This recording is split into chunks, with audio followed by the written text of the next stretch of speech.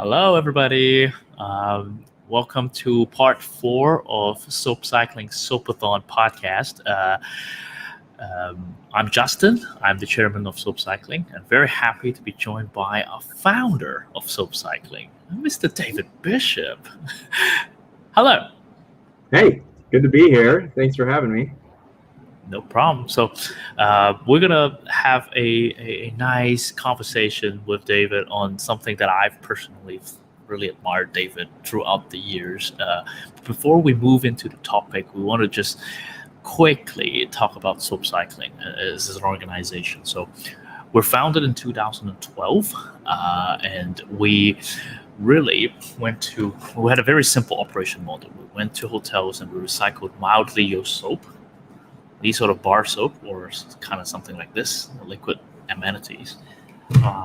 We take it in the warehouse, and this is where I am sitting right now, and we recycle them and we distribute them to the needy people. So there are a couple of missions that we always focus on: the recycling part, the hygiene part, but we also talk a lot about empowerment, especially youth empowerment.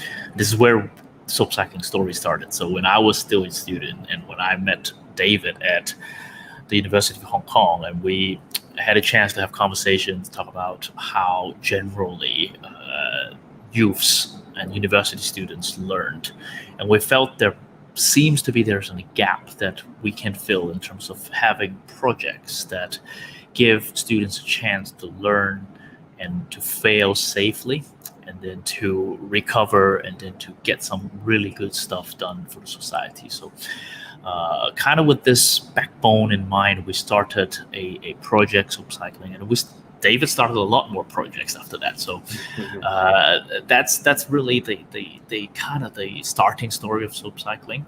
As we proceed all these years, our model developed differently. But one thing is for sure is we wanted to engage and empower more people, including all the audience listening today. So we're going to share stories, we're going to share things about being a social entrepreneur, being a person that hustles around and just trying to do the right thing, do the good thing. So we set a topic for David's basically saying how to be a social entrepreneur and how to keep hustling in Hong Kong, so that he can share his stories. But and then throughout the conversations, if you felt like you've learned something, if you feel like enlightened, or if you want to support Soap Cycling in general, you can go to our website to support this whole Soapathon event. So we're trying to do a 36 hours non-stop recycling, and I'm very happy to say we're at hour 32.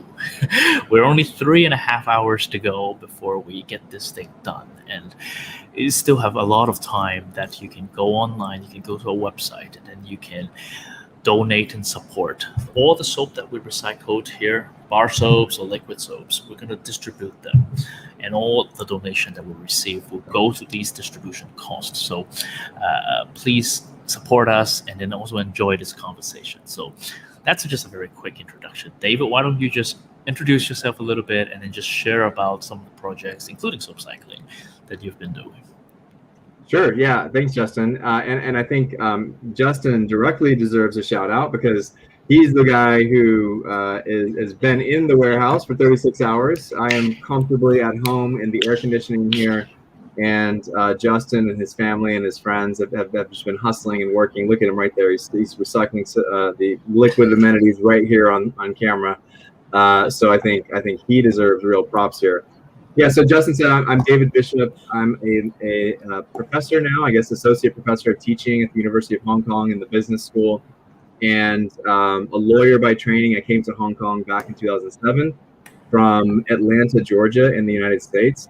And from a social enterprise standpoint, basically, I just always liked community service. I liked problem solving. And when I started teaching in the business school, because I didn't go to business school, I was kind of curious. I was meeting students like Justin, who was super active in the community, a great young leader, still is obviously, and basically I just wanted to try to start a business or to do something. I had never done it before. I'd never really considered it before, but I wanted what I was doing to be something that was socially beneficial. And since I am a teacher and I was trying to be, a leader within the university at the time, my thinking was that if I can get some of the students at Hong Kong U to work on a project with me, then we can benefit simultaneously. They can take what they learned in the university, in the classroom, and then apply it in the business in a way that was socially beneficial. So yeah, that's kind of how it started. We came up with a couple ideas, and one of our students in particular kind of said, yeah, I like the idea of soap, let's try it. And yeah, started, and here we are almost a decade later. It's crazy. Actually, it's just over 1 decade later in terms of the initial conversations with students. That's crazy. I didn't even think about that. A decade. Wow. Yep. We're old, man. We're definitely old, and the things have changed just so much. But great to hear. I mean, it's this the way that you have changed what you've been doing before, and then come to university and in this environment. Can you share a little bit about like what drove you to become a social entrepreneur? What's the vision? What's the motivation behind? Yeah, again, great question. The simple answer is I had no intention of being a social entrepreneur. What a typical answer from David. No, I mean, it's true. Like so I think the reason why soap cycling and some of my other initiatives that I've started have succeeded is because I didn't care if they succeeded or not. And soap cycling is the perfect example of this. Now I realize that statement comes with a lot of privilege. So people need to understand if they are starting a business and it's the way that you're going to put food on your table and a roof over your head, it's very different than the way that we started soap cycling. Soap cycling was essentially a pedagogical or like a teaching sandbox where I wasn't trying to create a successful company. I was trying to help students have an opportunity to do something that was real and meaningful and lasting. I wanted them to build something. And as a result of that, part of the ethos meant that we had to give them room to succeed, but that also requires having room to fail. And so I had no idea if soap cycling was going to work. And in fact, early on, to a certain extent, we had, I would say, competition and people tried to put us out of business. And we had very legitimate, kind of open, transparent conversations as an early team and as a board to say, should we even continue existing? Should this, do we need to keep doing this? Maybe we should shift to something else. And so I think in the back of my mind, it's always been okay if soap cycling failed. And because of that, I think we were able to take risks and perform in a more nimble way than we otherwise would have. We were always willing to change, always willing to adapt, always looking for better ways. And so as a result of that, I think it actually benefited us. Now, some of the later companies that I started, people were relying on those for employment. They were relying on those for, it's a very different perspective. We needed those to be successful in a very different way. And so I think the way that I approached those was obviously different as well. Yeah, that's very interesting. I mean, I obviously I studied at the University of Hong Kong. I'm a lawyer. I'm still practicing, Yeah. And the reason why I was driven into just trying to help social enterprises is also quite similar in the sense that I wanted to do something that is outside my ambit. Yeah. And I can continue to expand. And throughout, especially during these 1.5 years with COVID, internally there are hiccups that we've gone through, and I've grown a lot. And it's this spirit of sometimes you fail, sometimes you miss it, but you learn from it, and that feeling of you're not dying, and it's just it's just a good learning, good upgrade, and then just keep moving. That mentality, just keep on driving. Well, so this conversation is actually going to show that I contradict myself a lot, because the topic of this conversation is on hustling. So we're about to get into, and I don't want to jump ahead too much, but it's an interesting transition, because I basically said I didn't care if soap cycling succeeded, right? However, when we were threatened and when we were challenged, my competitive side kicked in, and I remember sitting down with my wife and saying, there is no way I'm going to let this fail. And I told her there was one summer in particular where we had a very legitimate threat from an external source that they were trying, like actively trying to shut us down. And I remember telling her, I remember saying basically like, I'm sorry, I don't want to ruin our summer, but you need to, you know me well enough, you know that there's no way I can let this fail, and I'm going to do whatever it takes. And so it's interesting because like, I think in my mind and in the mind of many entrepreneurs out there, or really anyone who navigates, something that's unknown, you have to have these two voices. One, it's like, look, whatever happens, happens. It doesn't really matter that much. Like, this is not the end of the world. But simultaneously, you're saying, but I'm going to do everything in my power to make sure that I succeed. And I think that it's this interesting dichotomy going on all the time in my mind. Yeah. I mean, almost exactly the same in a sense that when COVID first hit, that there's so many questions overnight that when we were working 2 a.m., 3 a.m., and I'm asking myself, why am I doing this? Especially if you're not getting paid for it. It's like, I never got paid for it. It's like, what the hell am I doing? I've got a wife, I've got kids, you had a wife, you had a baby. It's like, why am I killing myself for this? Yeah. So nice transition to what exactly is hustling. So I mean, when I first knew David back a decade ago, I realized this guy has continuous energy. I consider myself have tons of energy, and that's why we're doing 36 hours crazy stuff. But when I talk to David, he's just constantly, especially during his speeches, his talk, his sales, he just constantly bring that energy. And so can you share just generally what it feels like in terms of just being an entrepreneur and just hustle around doing it? Yeah, man, again, that's a good question. So it's funny because to hear you talk about it that way is so different than the view from my perspective. Because the reality is I often feel very tired. I often feel like I'm just getting by, and not in a negative way. I'm not complaining, and I'm very lucky to have a great support system, and been very, very blessed. But I think the reason why I constantly am moving is because I constantly feel behind, and it's this interesting dichotomy where it's like so this is actually going to surprise you. I think even you don't really know this about me. People that know me really, really well know that I'm actually a serial procrastinator, and I'm actually a very lazy guy. So when I'm switched off, I'm totally off. Like when COVID started and my family was in the States, I didn't leave my house for like a week. I didn't shower, and I was totally fine. Like, I think people think that I'm bouncing off the walls all the time and that I have to be outside and I have to be moving. The reality is I'm actually very fine, very comfortable not doing stuff. And so as a result of that, I had to figure out, because again, I had this duality where it's like, I want to accomplish stuff. I want to be the best version of myself. I want to help people. And so what I had to do was to figure out how to counteract my inherent laziness.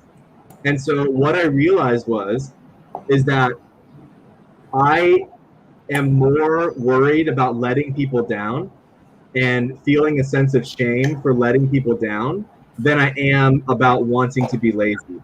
And so when I set up goals, like when I set goals, or when I choose to do something, I make it so that it's public and that people are relying on me, because I know that will push me beyond my inherent feeling of laziness. So anyway, so back to your original question. So many people were relying on me when Soap Cycling started that no matter what, like, I had to keep moving. And then we started Fair Employment Agency, and so many people relied, and my wife's sister's family moved to Hong Kong for that, and I had to keep moving in order to keep that going. And then we started another company, and then I had to keep moving in order to keep that going. And I think it's like this I guess dual drive to want to succeed and be successful, but also this not wanting to let people down that constantly like drives me. And I think everyone has these drivers. Everyone has inherent motivation, but you just have to like figure out how to set it up in a way that is balanced, because you don't want to overdo it, but helps you to push beyond what is always comfortable. I mean, you said the word duality. It's Yeah, like, and I felt it sometimes as well. Like when you're in the zone, yeah, you're like this, but yeah, yeah, then there are moments that you're like, oh, yeah, I just want to be down there. I just want to yeah, be man cave or whatnot. I just want yeah, to be there. yeah, Nobody. Sometimes I worked in office. I worked the normal, typical 9 o'clock all the way to 6 o'clock, and then yeah, obviously beyond as a lawyer.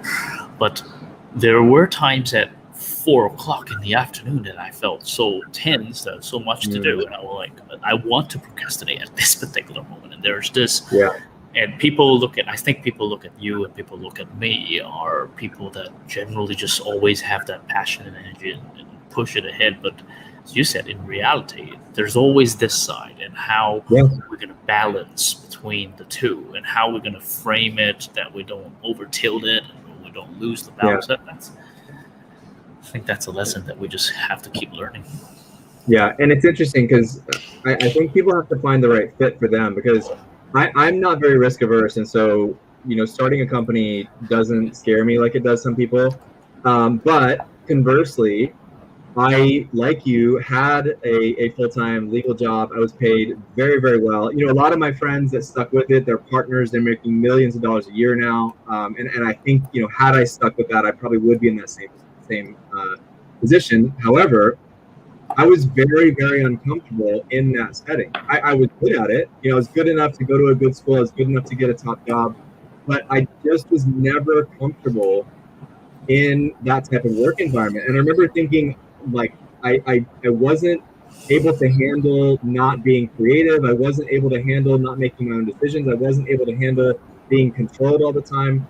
And so it's interesting because other people would view me as kind of being crazy now and doing something that's very, very risky.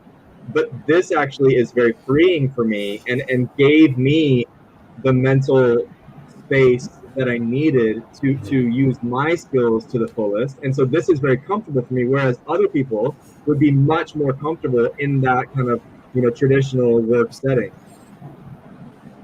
I mean, it's also that there are moments that when you try to do too much, and you like just Yeah, you just want it so badly, and then yeah, yeah, you grind it out and you try to grab it, and then it starts to affect your support system that eventually comes back to you. And there are yeah, those moments that I think this conversation is much deeper than I thought, but it tackles some of the most important things, because as so-called entrepreneurs or as so-called leaders of yeah, organizations, there are these so-called personal, darker, or those moments that we have yeah, to handle it properly, or yeah. else you get imploded and the organization get imploded.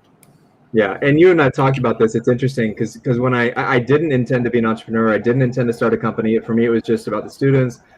And since that initial conversation, I've worked with, I don't know, 30, 40 businesses, started several. We've taken over a few that weren't doing very well. And the thing that I learned, and that I think is pretty universally true, is that being a good leader has a lot less to do with my skills and my knowledge than it has to do with my cheerleading and my just general support. I never realized how much time as a leader you spend keeping people's spirits up and helping them through tragedy. The reality is life is going to happen, and when you've got employees around you, and the more employees you have, the more chances there are that things will, for good and bad. You get to meet some of the best people and friends and support that you'll ever have in your entire life, but they're going to over time have challenges, and especially with working across multiple different organizations. When one company is doing well, another one might be bad. And so my time might shift, and I'm working with the one that's struggling, and then all of a sudden they're doing well, and now another one is struggling. And so it's interesting. Like, that's been the biggest challenge to me. I'm not, again, like, really much of a people person. I didn't, I've never intended to, like, I don't need to be social, but being a leader has kind of forced me into those situations where, like, I have to spend a lot of my time if I want to be good at it, if I want the company to succeed, it means the people have to be at their best. And so much of that, it isn't about teaching them to organize better. It isn't about teaching them different skills. Like, good people will learn those things on their own. It's about just like, helping them through family tragedy and helping them through COVID and helping them feel recognized and feel like, hey, I appreciate the work that you've done. Like, just simple appreciation means so much to people. And it's so easy to do, but we forget that. Celebrating birthdays, like all these different things, just making it personal and making it about them. Yeah, I mean, you obviously are employers of a lot of people, but you're also an employee of somebody. Like, Yeah. Just generally speaking, do you feel like employers should be overworking or should be hustling more than an employee? Like the boss should really do more, and is that part of the reason why it drives you harder? Sometimes. So I think I know what you're getting at, and I never want to be in a position where I feel like someone that works for me is doing something that they think I'm not willing to do. So I remember a piece of advice that I got. So the guy who founded Chick-fil-A, he wrote a book. I haven't read it, but someone read it and they told me this. And so like, secondhand knowledge, like I learned this. Because and actually it's important for people to understand, I did not grow up very wealthy. When I was 13, my dad lost his job and he never really fully regained like full employment. And so all through my high school years, we really struggled. And so I was a janitor, I worked on a farm, I worked at Subway. I mean, I did all kinds of stuff. I did terrible, bad jobs. But the guy who started Chick-fil-A, what he said is that always be willing to do the jobs that no one else is willing to do, and you'll find that you accelerate and you will succeed faster than the people around you.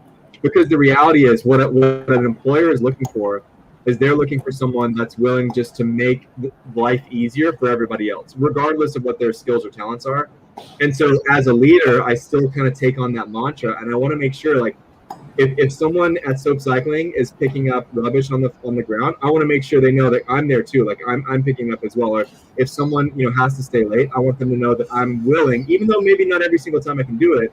I want them to know like I will be there if necessary, because I think having that type of pace setting aspect of leadership is really important. However, every single time I hire someone, and we're actually going to go through orientation this Tuesday, so I'm rethinking all this same stuff. I always tell them, you should not measure your time or the way that you work by me. I know that most people are never going to be able to keep my pace. It would not be healthy for them to try. And so that's one of the first things I tell them is, look, if you get a message from me at 2 a.m, understand it is not expected for you to respond to that. It's just my mind doesn't really shut off. And so, you have to set the pace in both directions, helping them understand it is okay to take off time. It is important to plan for mental health breaks. It is important to have hobbies and to exercise. And so that's the constant balance that I try to have. Yeah, I mean, the reason why I asked this question is really, as you said, that there's this balance that you obviously want to motivate them, and then some people motivate them by putting themselves into their shoes, as you said.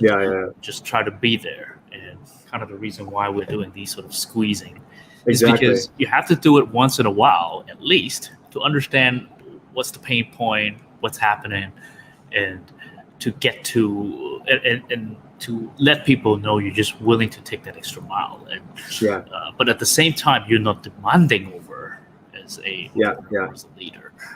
It's that fine line difference that I feel like as we continue to discuss the next bit when we're talking about youth empowerment, we share our experience with our youths, not just about the hustling mentality, but how do we take that balance between, okay, we work really hard, we drive ourselves, but at the same time on the other side, we kept that mental balance. How do you feel if you...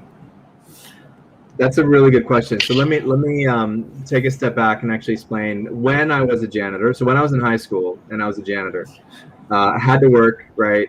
Because we didn't have any money. And I remember, so my dad was, he had odd jobs, and he was trying to find full-time work.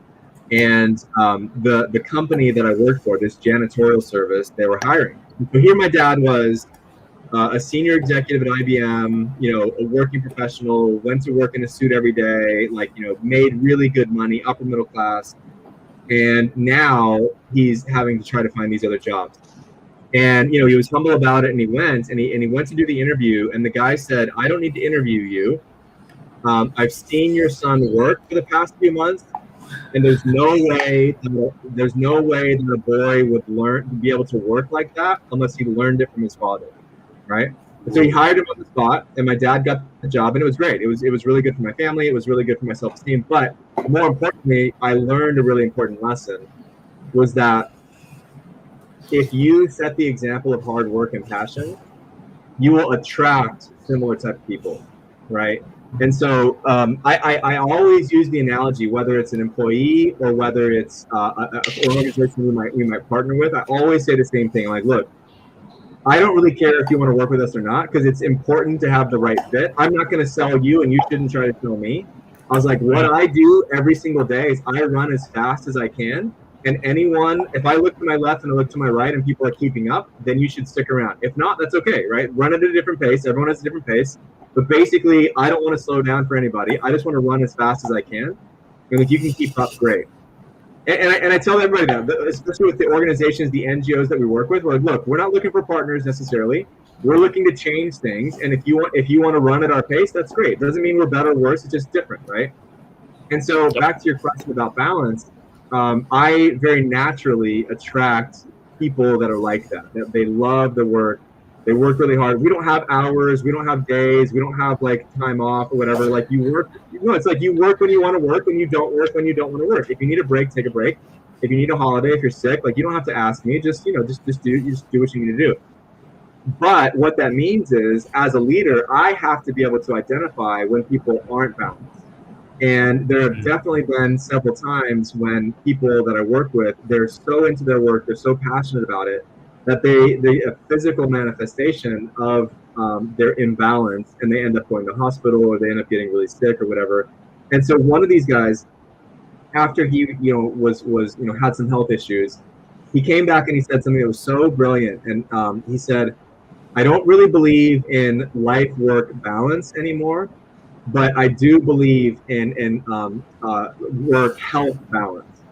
And so that's what we focus on now. It's not about, because he loves what he does. So for him, it's not about work and life. There's not a separation between work and life, because he really genuinely loves what he does. He will do it at 3 a.m, like no question. Like, he'll love it, right? But he does need to balance it with his health.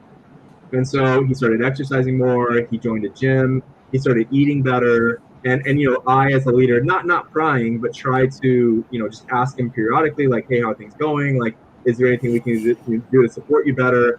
And we have this happen periodically. And so again, going back to what I said earlier, unfortunately, every now and then there are family tragedies, there are health issues, and it's so cool, because what ends up happening is we have this really great community of people, and when somebody goes down because of health or family or whatever, everybody swarms in, and they're super emotionally supportive, and they also take on their work, and we immediately divide up the work.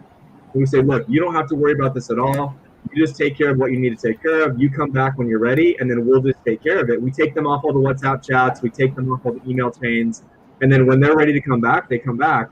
And I think it's a great type of environment to be in, because everyone's super supportive. And we know at some point you're going to be the person who's down. And when you're down, everyone will step in and kind of pick up the slack. Yeah. I mean, David, obviously you have a lot of different organizations and projects, but one that kind of, as an umbrella, it's the Foundation of Shared Impact, the FSI. And the mindset that there's always this feeling that we want to share resources, we want to share burdens, we want to share talents. This, as you said, attracts certain people and repels certain people. Someone wants to set guidelines, structures, and whatnot. And to me, it's always like, can you be both? You have to be accountable and transparent, and make sure that you have clear structure that people can follow. But at the same time, with sympathy, with empathy, you have to at some point just like, yeah, let's try to do this together. And there is not just shared talent, not just shared resources, but sometimes you have to share the burden. And there are decisions that I've made as chairman, or we as organization has made as Soapcycling, that I wish to have it back. That I wish to kind of like that there are things that we take it overboard a little bit, and just from a youth perspective, back to the original question, in terms of just hustling, sometimes it's about you trying hard, run, as you said, run, and then you get people that goes with you, Yeah. and if necessary, take a break, slow it down a little bit, and keep that momentum going. Yeah. So going back to the youth part, it's actually interesting because thinking back, I mean, those that know me, they know my brain is wired a little bit differently. But even when I was young, it's not enough to work hard. Everybody works hard. Everybody works hard. And True. if you go onto like a farm in the Philippines in developing country, do you really think that, you know, as a professional you're working longer hours than them? No. Like they're up, you know, at that before dawn. They're working until the sun goes down, and you know that's if you're a subsistence farmer, you're every single minute of every single day is work. And so I don't think when people talk about working hard, I think they're focusing on the wrong thing. There's almost like an epidemic of people wanting to seem busy. And that's so silly to me because the reality is it's about working better and smarter and more efficiently than those around you. And often that means understanding what comparative advantage you have, and then being brave enough and quick enough to identify shifts in the marketplace and getting out in front of those changes. So, for example, in my career, I've changed career like 6 or 7 times. I'm 42 or 43. I've changed career like 6 or 7 times, right? Because you have to reinvent yourself, right? But the reality is, most people they get you know stuck in this mentality of doing one thing and doing it forever, and that's fine. But working hard is not necessarily going to be a formula for happiness or success, because you have to work hard in a way that is efficient and beneficial. So, for example, again, I'm not a very social person, but I'm very, very good at networking because I know how important it is. And so I'm always telling the young people that I work with, I'm pushing them like, have you contacted with that person? You know, are you using LinkedIn? Like, are you going and having coffee with people? Do you have mentors? Like, are you going out and exploring new things? Are you learning new things? Are you getting new skills? Because successful people are not the people that focus on the here and now. Successful people tend to be the ones that are looking 18 months ahead and making sure that whatever they're doing right now, it's focused on that goal that they have 18, 24 months from now. Because again, by the time you get to now, it's too late to make those changes. And that's why people get stuck in a rut and they're constantly doing the same thing, whether it's debt, whether it's education, whether it's like their relationships, whether it's their employment. You constantly have to be thinking, okay, like, where do I want to be and how do I work towards that? And you and I are big sports guys, right? We love sports. The biggest difference between youth sports and adult sports is kids always run to where the ball is. Athletes run to where the ball is going to be, right? And that's true for life as well. Great. I mean, it's we're both basketball fans, and I used to pound the ball, just get the ball and just want to control the pace by myself. Yeah. But the more you play, you realize that you want to be off the ball, you want to run around, and you want to set screens, and you want to help people, and I always take analogy out of this, and that doesn't mean that you don't work as hard. It probably means you work harder to make sure that things work the right way and the system goes the right way. So, I mean, I think as we try to wrap up this very rewarding conversation, both from a just organization perspective, that's how we're going to build a culture that people just hustles and walk the extra mile, but also take the balance on the other side and how to build a network of support. Is there one takeaway that you felt like if there's one sharing, if there's a youth coming into you, or if there's a person coming into you, say that, hey, I want to start a project, I want to build a team. How am I going to, first of all, myself change up a little bit, and how to build a team with the personnel that actually have the right mentality to run these things. Yeah, it is tough. So one thing that I think that's a problem, especially in Hong Kong right now, is that people look to young people to be entrepreneurs. When in actual fact, every single study that's ever come out shows that the optimal age for successful entrepreneurship is between 40 and 45.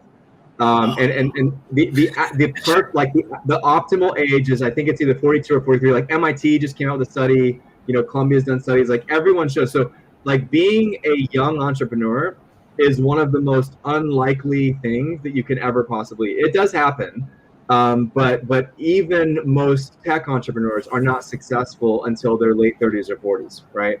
So that's something to keep in mind. So I look at entrepreneurship for young people as part of their education process. I don't view that as a likely way to succeed early on in terms of like the immediate future. That's the first thing, is to understand, because again, it then puts them in the mentality that we had at Soapathon at the beginning, where it's like, look, it actually doesn't really matter if I succeed or fail, because it's the journey the journey is what matters. That's the first thing. The second thing is, it's important to understand that no one is ever going to care about your issue or your thing as much as you do.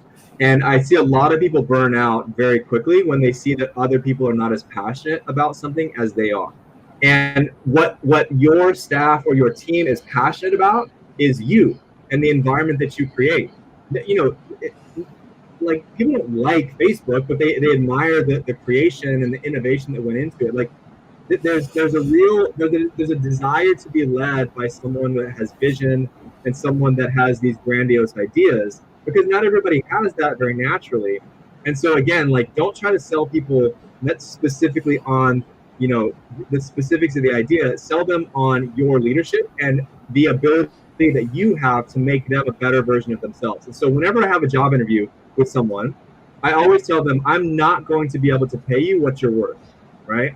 Because this is the reality. If you're in the NGO space, you're not going to be able to pay them what they're worth, because I want the top people. So the person that I have coming to work for us this week, she's leaving Goldman Sachs to come work for us, right? I cannot pay what Goldman Sachs can pay.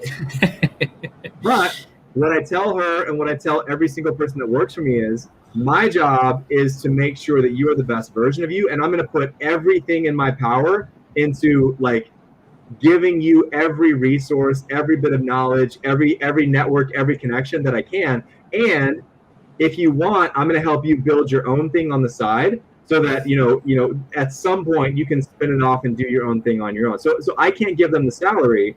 So instead, I'm investing in them, and they see that as an investment in the future. And so again, what that means for a young person who's starting, I mean, really anyone who's starting a company or someone who wants to hustle and build a team, the idea is, money's only going to get you so far, right? They say that money only motivates to the point where it takes your mind off money. And then the three things that motivate people are mastery, autonomy, and purpose. So mastery means people want to get smarter and they want to get good at stuff. Autonomy means they want to make their own decisions or be self-directed. And purpose means they want to have some idea that what they're doing matters. And most jobs don't provide those three things. And so if you can give them the sense of learning, of making some own decisions, and really having a sense of purpose. And if you think that's why Soapathon was successful, that's why Soapathon attracted really top students like you, that's why the companies that we have now attract people that really could get better jobs, in terms of salary elsewhere. It's because they want to be a better version of themselves and simultaneously benefit society. And so, use that as a leverage to kind of move your teams forward. And I think that's why we've been successful with it. Great. Again, I mean, it's just, and when I say great, it's because I know you and I know the people around you, and I know Soapathon, part of the projects that you've built. And throughout these 36 hours in the warehouse, we've got obviously volunteers coming in for Soapathon, but also we've met Pakistan women who came in here, and now she's part of our team, and she leads these distribution trips within the Kwai Hing That's area. awesome. And then we've got Filipino this afternoon. We've got two of them that came here every week in the warehouse leading.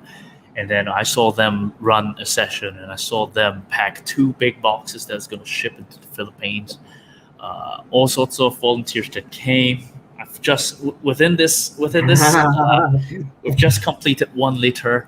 That's in terms awesome. of liquid recycled soap. Uh, by the end of this, we're hoping to get to 150 liters. But Yeah, really, yeah, behind that, it really means that there's just a community of people. And when I hear you, David, is seems like you and your team and you and the people around you're close. You know, yeah. We're really that, close.